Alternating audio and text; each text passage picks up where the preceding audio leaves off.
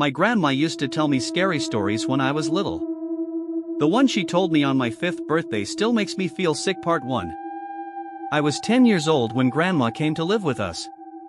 It was about 6 months after Granddad passed away, and I guess, looking back, she must have been lonely in that big house of theirs, rattling around with only the grief and memories for company.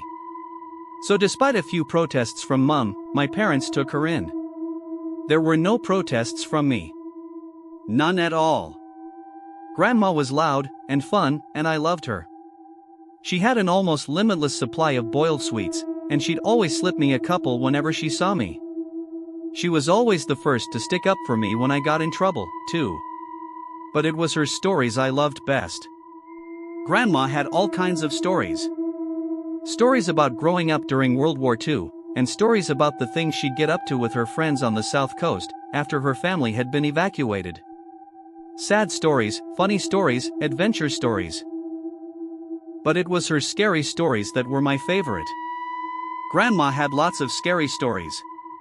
She told me she dabbled in the occult when she was a teenager, trying out Ouija boards with her friends.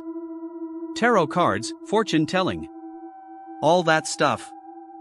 Most of the stories I'd laugh off, or forget about not long after she was done telling them, but there were a couple that really did spook me a bit. I was only 10 at the time, you have to understand. And Grandma certainly knew how to bring the stories to life.